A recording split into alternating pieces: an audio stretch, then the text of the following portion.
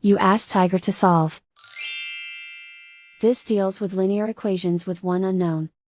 The final result is w equals -4. Let's solve it step by step. Simplify the expression. Expand the parentheses. Simplify the arithmetic. Group all w terms on the left side of the equation. Subtract 7w from both sides.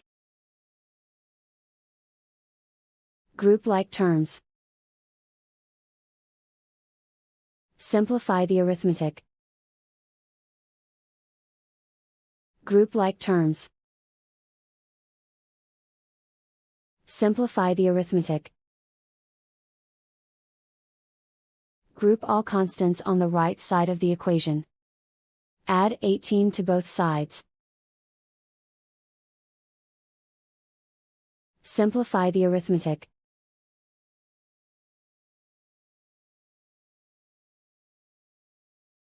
Isolate the w.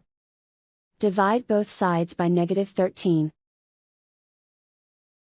Cancel out the negatives. Simplify the fraction. Move the negative sign from the denominator to the numerator.